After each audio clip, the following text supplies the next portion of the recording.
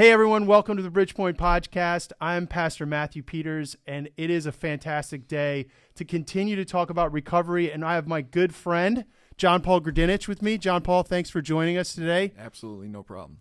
John Paul, we've been friends for many moons. Yeah, I think it's about 8 years. 8 years. Yeah. You figured it out. Yeah, I think so. So what did we meet, 2014?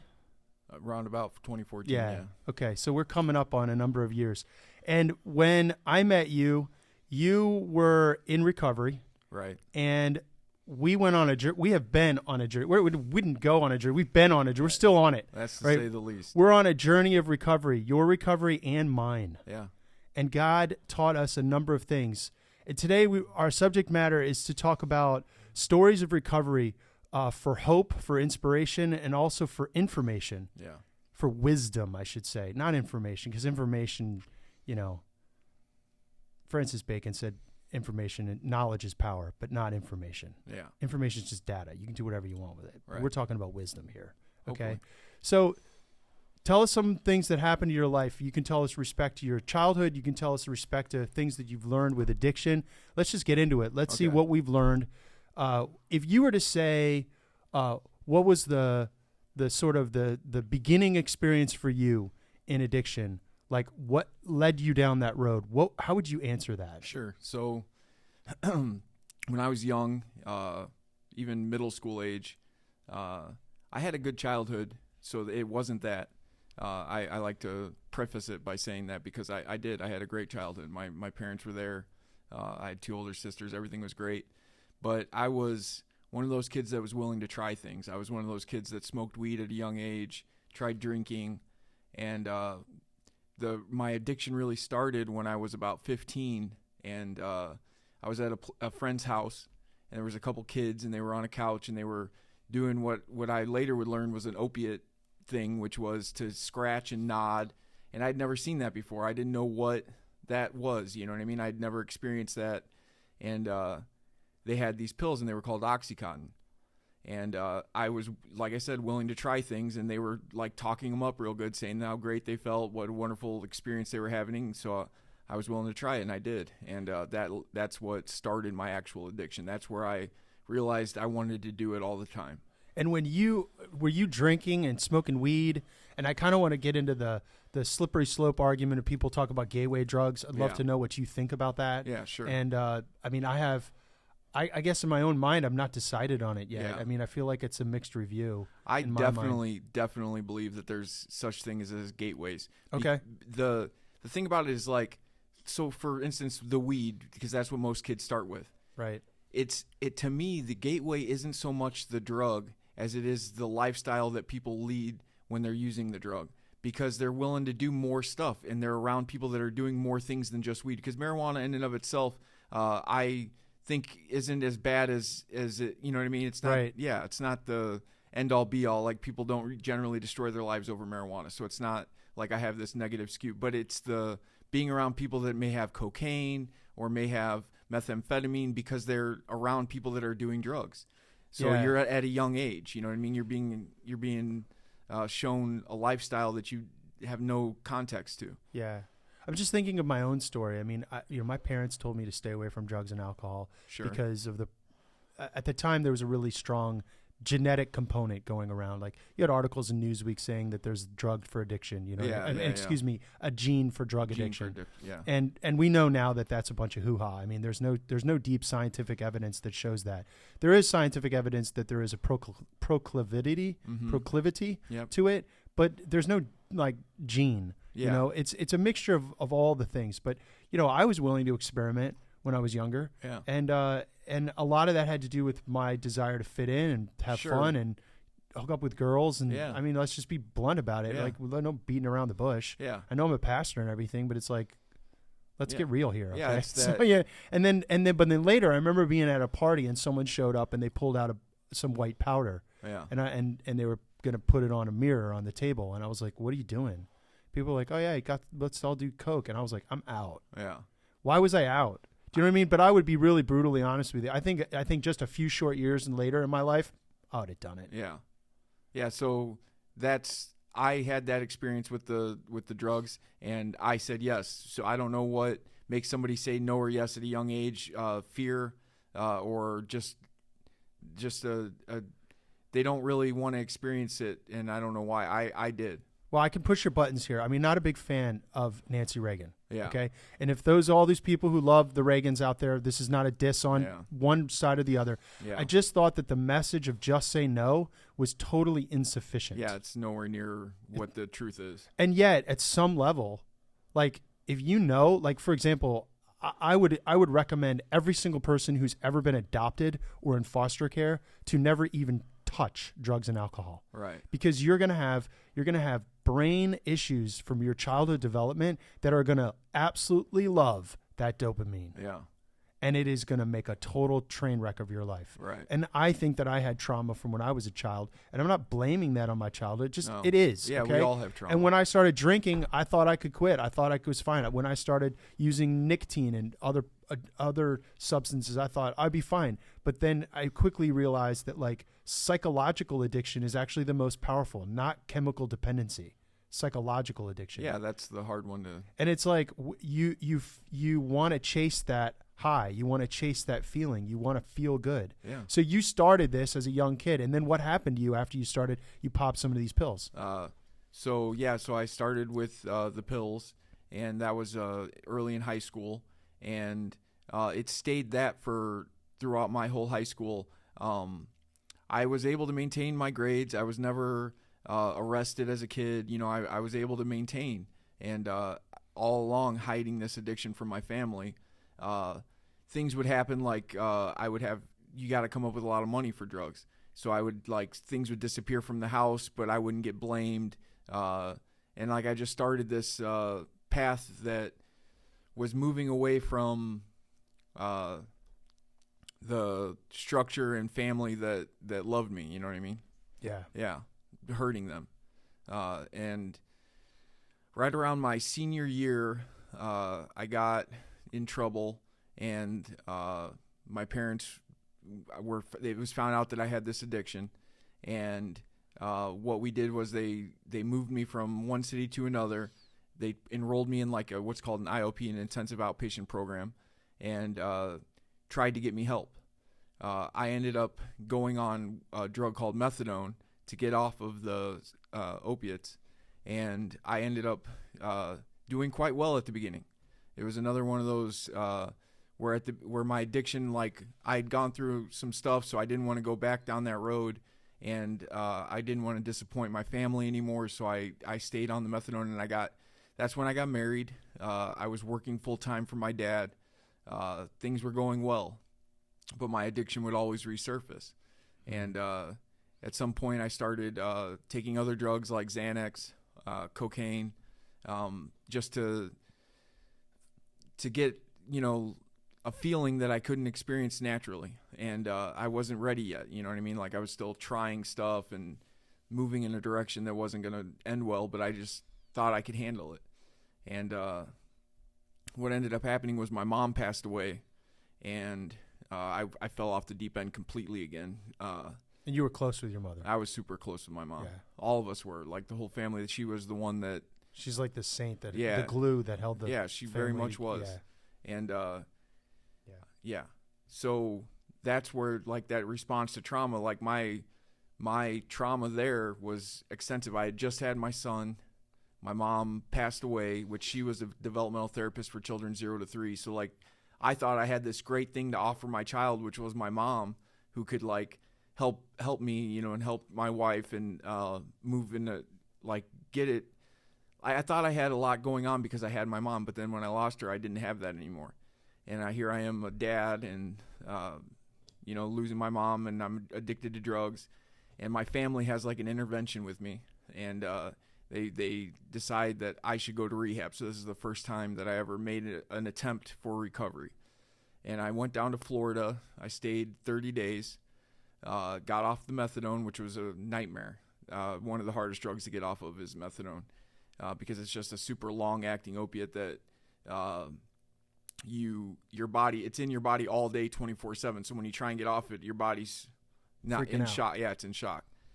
So I go down to Florida, I do the rehab, I come back home, I make an attempt, but all along I have this underlying, well, now I can get high again. Like it was, wow. yeah. So it's you want to think that like these things are enough, but like it takes a great measure of pain before you're really ready. You know what I mean? Before you're like, the fear of what's going to happen outweighs the momentary pleasure you get from the drugs. So I come back home and I'm married, like I said, and we try and make it work. I end up using again, falling back into addiction. I go back down to Florida, and this time I end up staying and doing like a 30-day rehab, then I do an IOP, and then I stay down there for a while. But my addiction always resurfaced. I wasn't ready yet at all. And I ended up using while I was down in Florida, got in trouble, went to jail, did some time down there. My wife sticks by me this time, and when I get out, she and I try and make it work again, and I move back home to Indiana to be with her and my son. This is when I think my first, like, even though I'd been through a lot already, I was finally ready to start trying to stay clean. That I realized that I was having a real problem with the lack of control, which is like the main thing with addiction, is that there's two frames of thought. There's the idea that you have the obsession to use. Well, that's one obsession, right? But that can be lifted, thanks to God. But there's this underlying obsession, they call it the great obsession in AA, and that's that you'll be able to control it somehow. That somehow I'll be able to have all my things that I want, the house, the car, the kids, the job, and be able to use successfully. And that's the great obsession. That's the one that doesn't leave so easy. That's like you said earlier, that's the psychological addiction. Yeah. Is that somehow if I just do it the right way, I'll be able to have it all. Right? So could I just interject and Sure. say something? Like, I don't know how people's different psychology is. I know enough about you to know that you seem to be, when you're sober, Yeah. and, the almost 10 years I've known you, Yeah. you're a fairly competent and intelligent and disciplined individual. Sure.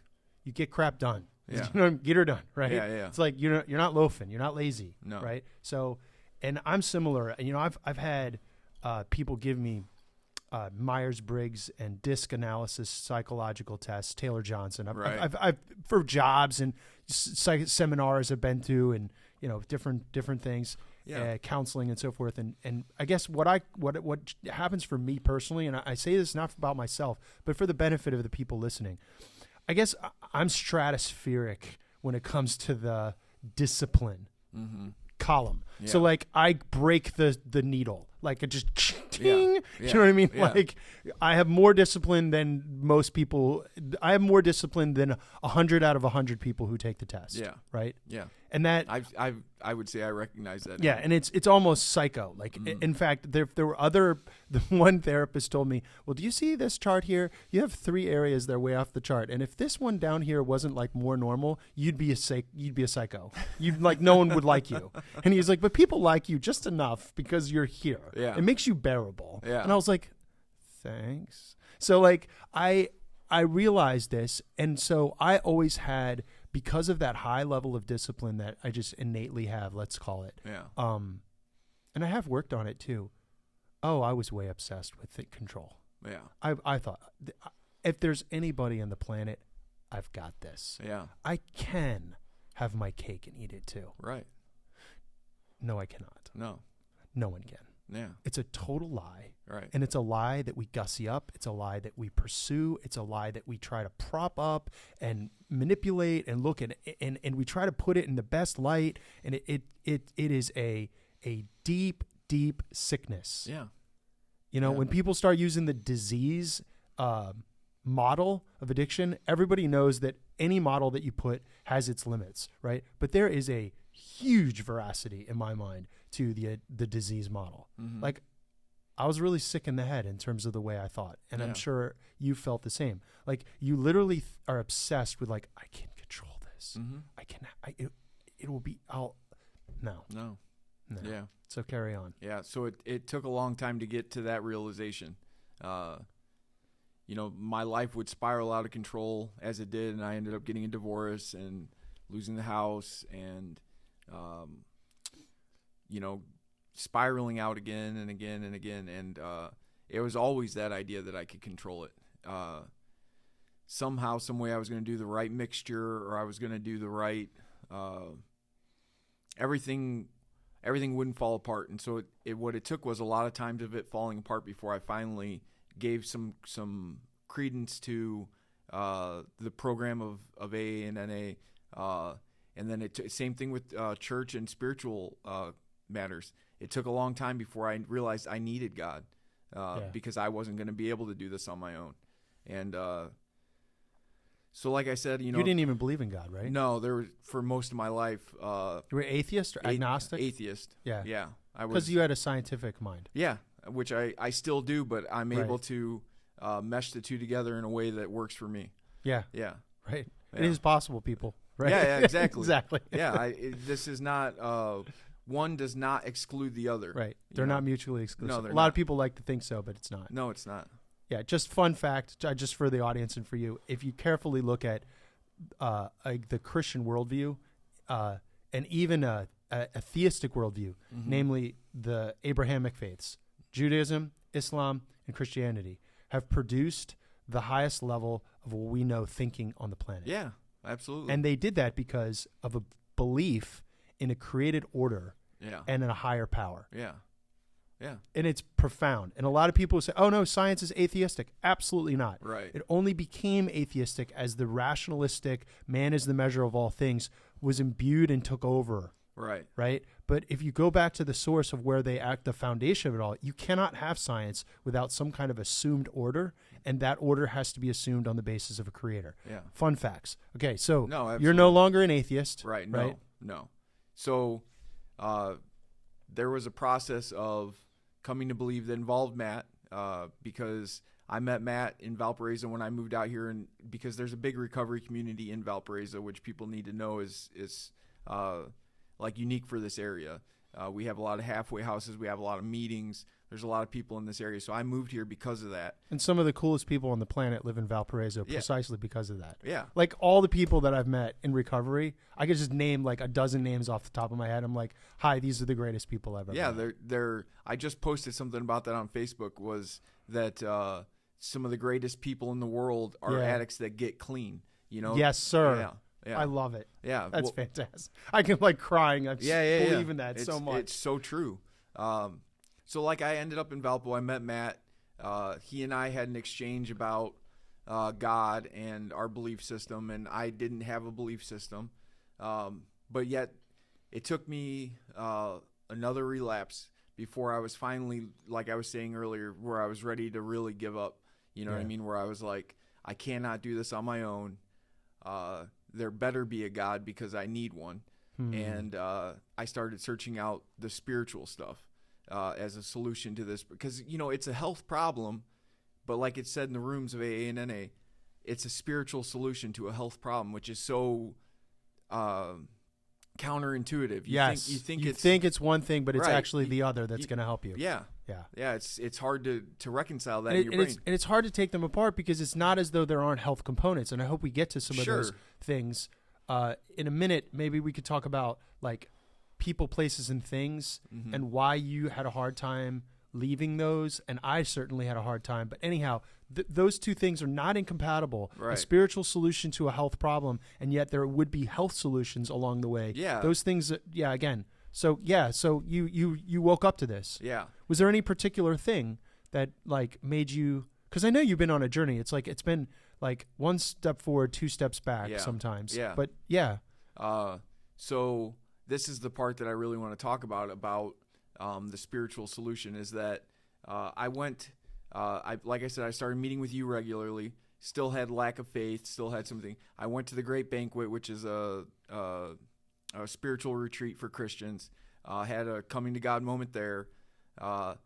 I didn't like dive right in, but me and you did discipleship. This was when I started doing discipleship with you. We did like every Wednesday morning we would drink like a gallon of coffee. We did that for years too. We did like 2 years. Yeah. It was a while. It was a long time of us meeting together. I'm grateful for all that though, because it gave me. People said I was crazy. You know that? Yeah, I know. They were like, "You're crazy for meeting with that guy." Yeah. And they use pretty derogatory things, and not like, I'm telling you, man. One of the things, and this is a little off topic, but one of the things is that my inside, my soul, Yeah. firmly had a conviction that I believed came directly from God, that meeting you was not an accident. It was completely on purpose. Right. And that part of what I was supposed to be doing here on the planet was coming alongside you for your full potential.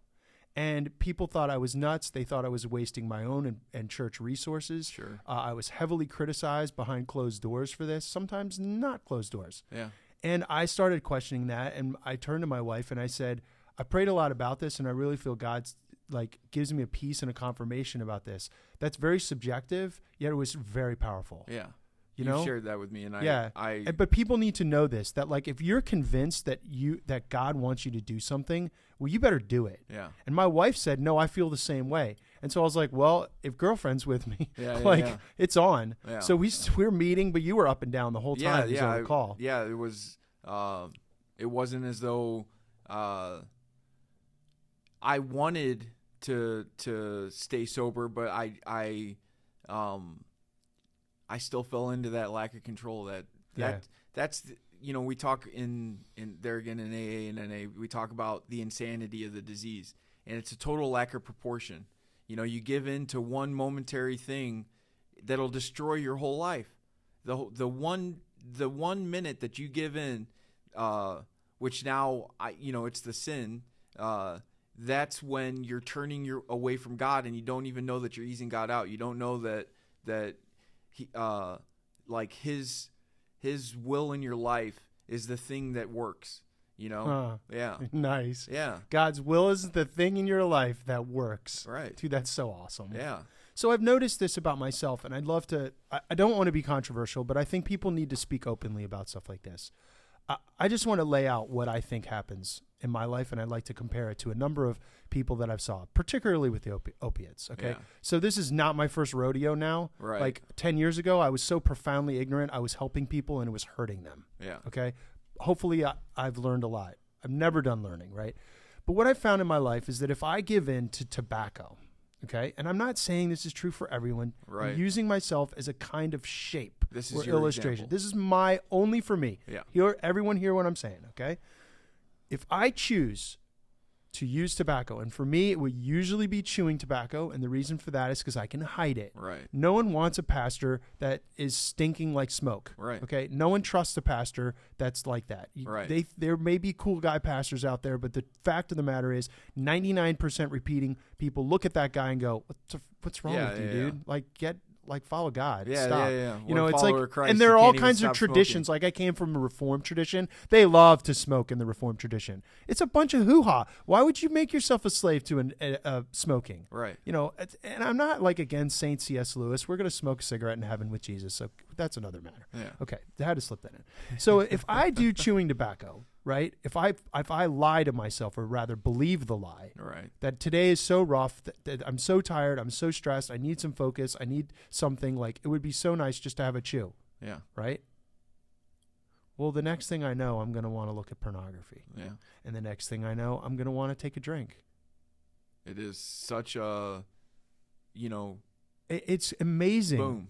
Yeah. It's amazing how that tiny little, I'll rely on myself, not on trusting God for the good things in my life, right, is it's like calibrating a laser, and you just have the laser just off just a tiny bit. Go a mile. Yeah.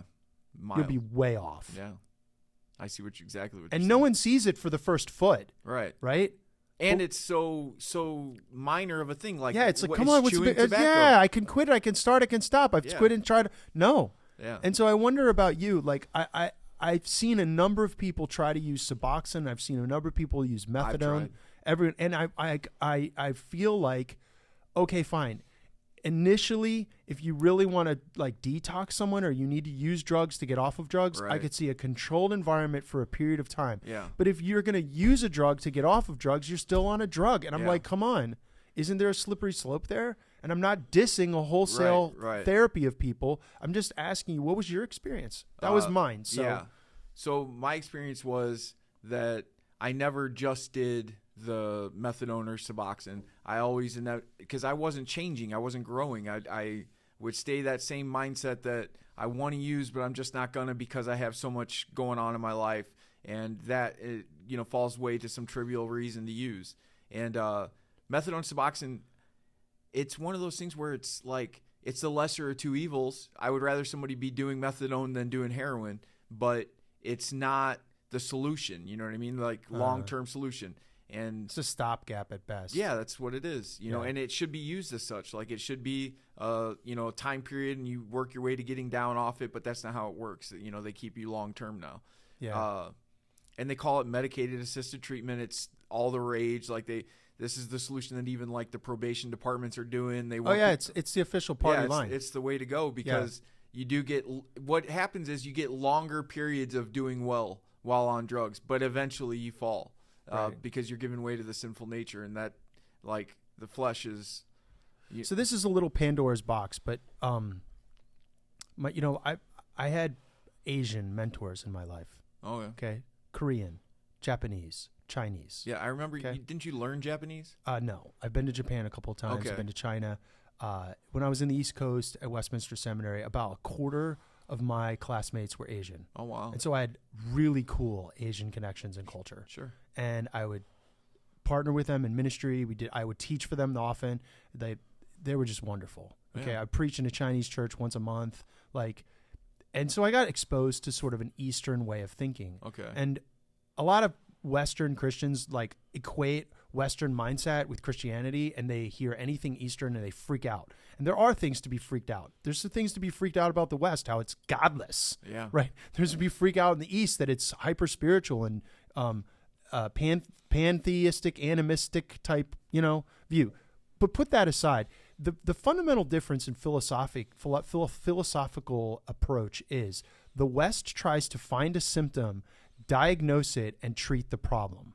Okay, the East tries to find the source and alleviate the irritation at the source, so then eventually your symptom will go away. Right? So the East develops therapies that go to the source that are long-acting and slow and require effort.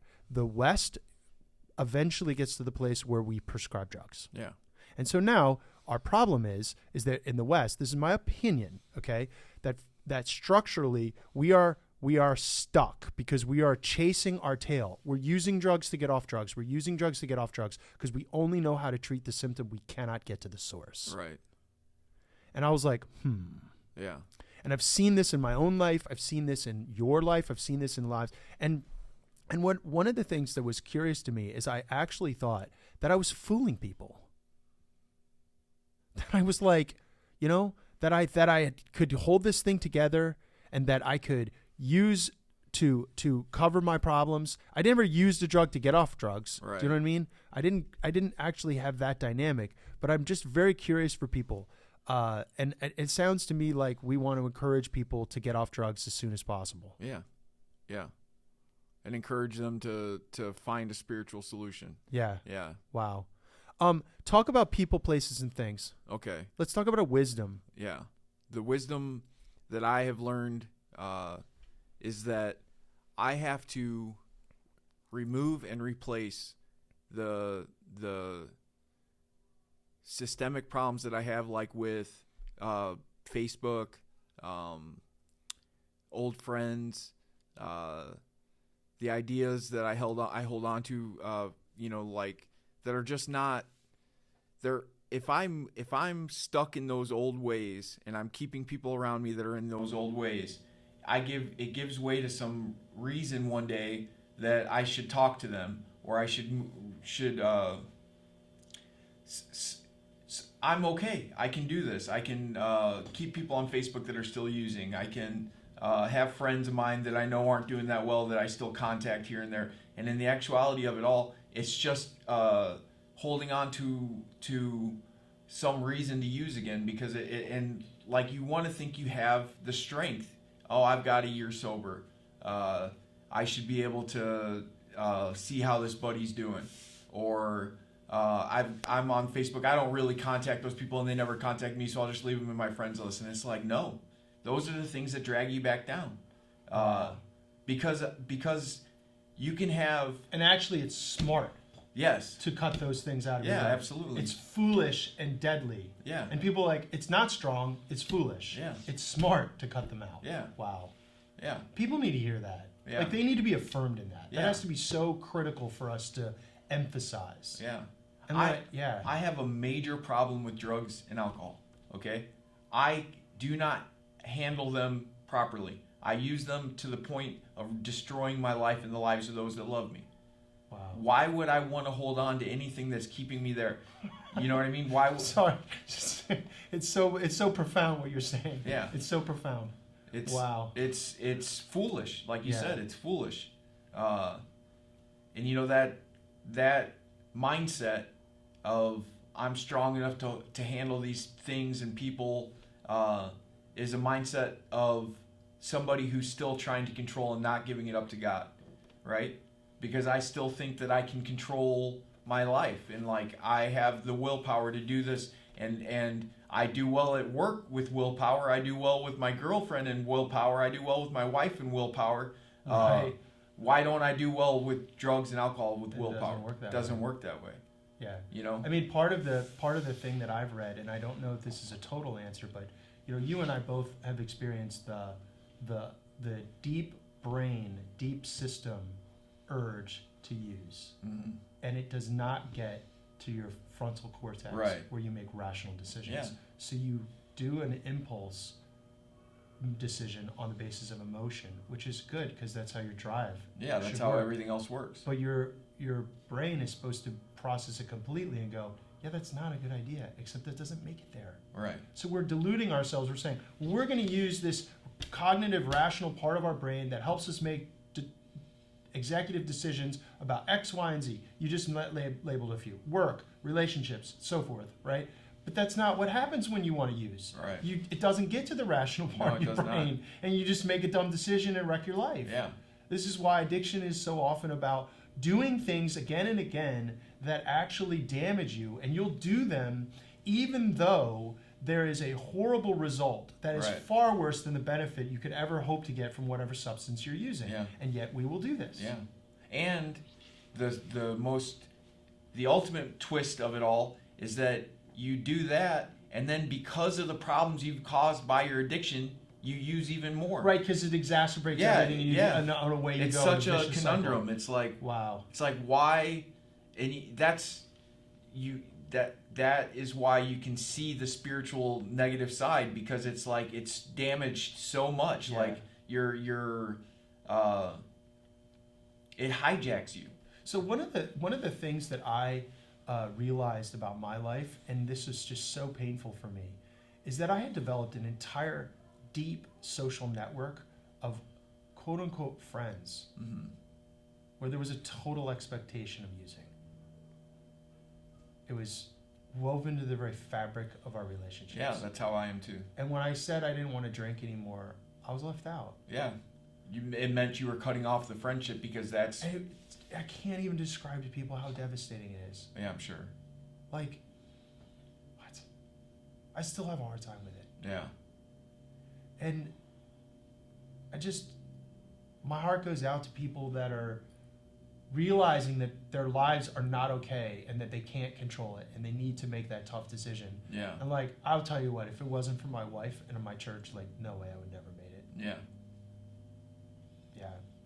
I mean, and I've had people come around me that have legitimately said, I will not use around you. I will not be that force of negativity around you. That's a real friend. Yeah, that's a real friend. And I Yeah. realized, like, I'm not saying that there are some people that struggled with that, and I'm not saying they aren't my friends, because they would be fine with me not drinking, but they're not going to stop drinking. Mm-hmm. And I can't, like, there's just it's like moving a whole, like, Titanic-sized social structure. Like, I can't expect them to do that. Yeah. It's just, and so... And especially with people that don't have an issue with drugs and alcohol, like, they can drink and they don't, especially with alcohol, abuse their wives or right. Or maybe go to jail for DUIs. Or maybe they're high-functioning alcoholics and everybody knows it and no one wants to tell them that. Yeah, that's my dad. He's that high-functioning type. Yeah. Yeah. I've teased with people that the more I drank, the better my grades were. The more I drank, the more money I made. The more I drank, and like I'm like this. It's like if you had a clock, right, and you imagine how many hours in your day, like you take out like 6 hours of my day because I'm inebriated, right? Yeah. That forces me, okay, to do more in the 18 hours. Sure. Right? And I will, because I'm high discipline. Yeah. Right? Except it was ruining all my relationships because whenever you're on a substance, you're fundamentally self-focused and you cannot give, you cannot share. That's corrosive to real loving relationships. Sure. You know, one of the things I'm going to tell you a secret, okay? You want to know the secret? I'm going to tell you the open secret. See, I know you want to get clean. Mm-hmm. Do you know how I know? How? Because you love people. Yeah. I know you want to get clean because when you got clean this time, do you know what you didn't do? What's that? Ask me for all kinds of stuff. Yeah. I'm not in need. Why? Because I'm not in that same mindset that I've had for exactly. years. Yeah. And I was like, this is interesting. Yeah. You know? And you know, all of us have self-centered tendencies. And I'm not saying that like you're perfect or I'm perfect, but there is a fundamental difference about a person who sits around and gets high or drunk all day long because it's all about them. Yeah. And they do not know that it's all about them, but it is. Yeah. And everyone else feels it. We will alienate the people in our lives that we truly should be in a loving relationship with, be that our significant other, our children, our moms, our dads, our brothers, our sisters, the people in our spiritual community. Mm-hmm. Like, dude, we're just going to diss them. Yeah. And that is a dead end, man. Yeah. That's a total dead end. Well, that's so the message that NAA once again delivers, and it's the message of Jesus too, is that you get out of that selfish self-centeredness, which is the core of our disease. That's exactly what it says in the book. You get out of it by being selfless, by helping other people, by loving other people. As Jesus loved us, we love other people as we love ourselves. And that's the conundrum. Like I said that word twice now in there. It's fine. It's fine. That's the perplexing thing, is that it's a solution to what appears to be a physical, and it is physical, and mental disease, is a solution of helping other people. What? That doesn't seem right. Like, what do you mean? If I help somebody else, it's gonna take away my addiction. You know what I mean? Like, it doesn't seem like the solution, but it is the solution to drugs and alcohol addiction. Wow. You gotta love people. You gotta be selfless. It gets you out of self. You know, it gets you out of that self-centeredness that drives and fuels your addiction. You know? Wow. And you gotta love God. You gotta like in the program, what it teaches is to pray constantly for His will, not mine. So it's the turning of your will to God's will and get it in alignment with God's will. What would He have you do? Of course He wouldn't have you using and drinking and destroying this body that He gave you. Of course He wouldn't want you destroying family relationships and church relationships and friends and people in your life. He wouldn't want you damaging them. He wants you to help them. Right. Yeah. Wow. Yeah. It's kind of like I've had a really long journey understanding. The Apostle Paul quotes Jesus in a quote that is in 1 Corinthians 15, I think, or 11. Oh, I should know this. Anyhow, whatever. It's either 11 or 15. I think it's 11. And he says a quote that doesn't show up in the Gospels. So the Gospels of Matthew, Mark, Luke, and John, they're sort of like the biographies of Jesus, right? Yeah. And so these are life and times of Jesus and His disciples. Much more of the teaching of Jesus and the miracles and the death and burial and resurrection, these kind of things. But Paul quotes something that Jesus says something like, but he doesn't actually say it. So Paul puts it this way. He says, just as our Lord taught us, it is better to give than receive. Well, there's nowhere recorded in anywhere else in the Bible except that. So clearly, this is a teaching that Jesus taught that the disciples inadvertently didn't quote. Yeah, they just omitted it. Right? But it needed to get in there. Mm-hmm. Now, the closest thing that you could give is that Jesus says multiple occasions things like this. The Son of Man did not come to be served, but to serve yeah. and give His life as a ransom for many. And So Jesus says this all the time. He came to seek and to save the lost. And when he talks about seeking and saving the lost, he's serving them. He's healing them. He's caring for them. He's not thinking about himself. He's humbly touching the unclean, the damaged, the hurt, the outcast, the drug addict. Yeah, the prostitute. The prostitute, you name it, right? And he's constantly pouring his life out. And it's like, it makes perfect sense that when God wanted to show us exactly what the most whole human being looks like, that human being lives a sacrificial, loving life where they actually are, it is their blessing to give, not receive. Right. Of course, receiving is great, right? You've got to receive, right? But I used to think foolishly that it was like, I'll give 1 unit and I'll therefore be blessed with 1.5, 2 units in return. No, it is not reciprocity. What it is that the blessing is in the giving. What? Yes. And we're learning this. Yeah. The blessing is not in the using. The blessing is in caring and giving for other people. And then all of a sudden we're like, wait, I'm happier and healthier and more sound than I've ever been in my life. Right. What? Right. Yes. Yeah. Counterintuitive. You get that peace in your you get that peace in your heart. Yeah. You know what I mean? I always think about Paul being in prison writing these letters where he's like, and I love you so much, and know me as God's love, and all this. And this is a guy who's in prison, which I just got out of prison, which we didn't talk about. But I know what it's like to be in there, and it is not a loving environment. It's a very stressful, poor diet, sleep deprived. It's not a good place to be. Wow. And Paul was in a worse prison than I was in. He was in, middle-age prison or earlier than biblical prisons. Yeah. You know what I mean? I can't imagine feeling full of love as he did, but that's what God does. Because he was being selfless and getting out of himself and writing letters to these early churches, he was able to tap into that love and find peace, which is amazing to me. One of the things, we'll have to close the discussion. We can have a part 2. Okay.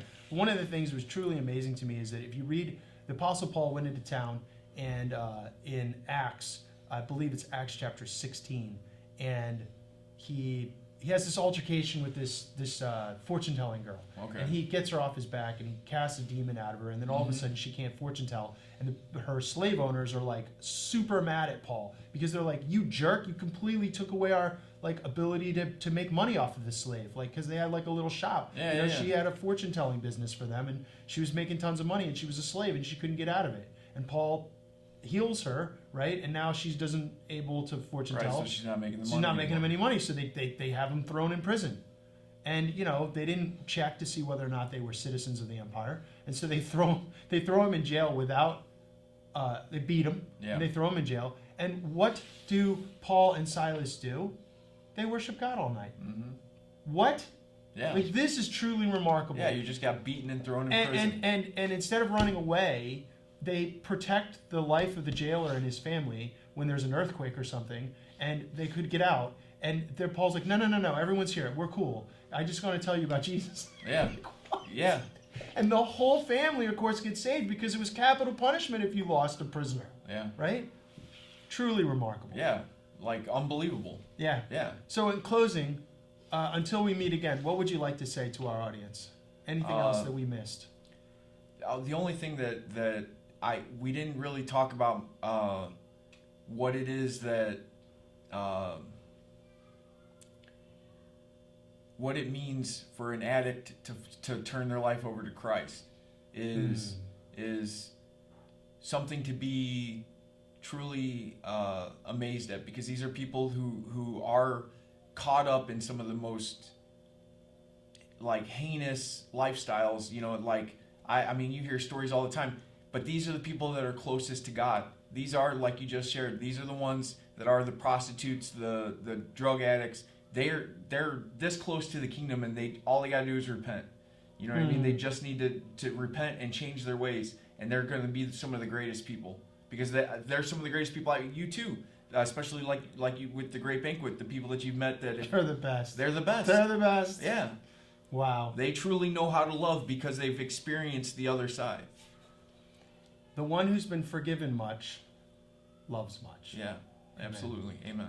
Thanks for coming out, man. Yeah, thank you. So awesome. Yeah. Hey, everyone. Thanks so much for joining us for this podcast. If you liked it, please leave us a like and a subscribe. If you're on Spotify or YouTube Valparaiso, we're so glad you stopped by. Please share this. And until the next time we get together, keep your eyes on Jesus and let's follow him together. Amen. All right, so you want to know the good news? What's that? The good news is that we had triple backup. Do you want to know Okay. the bad news? What happened? Everything didn't work.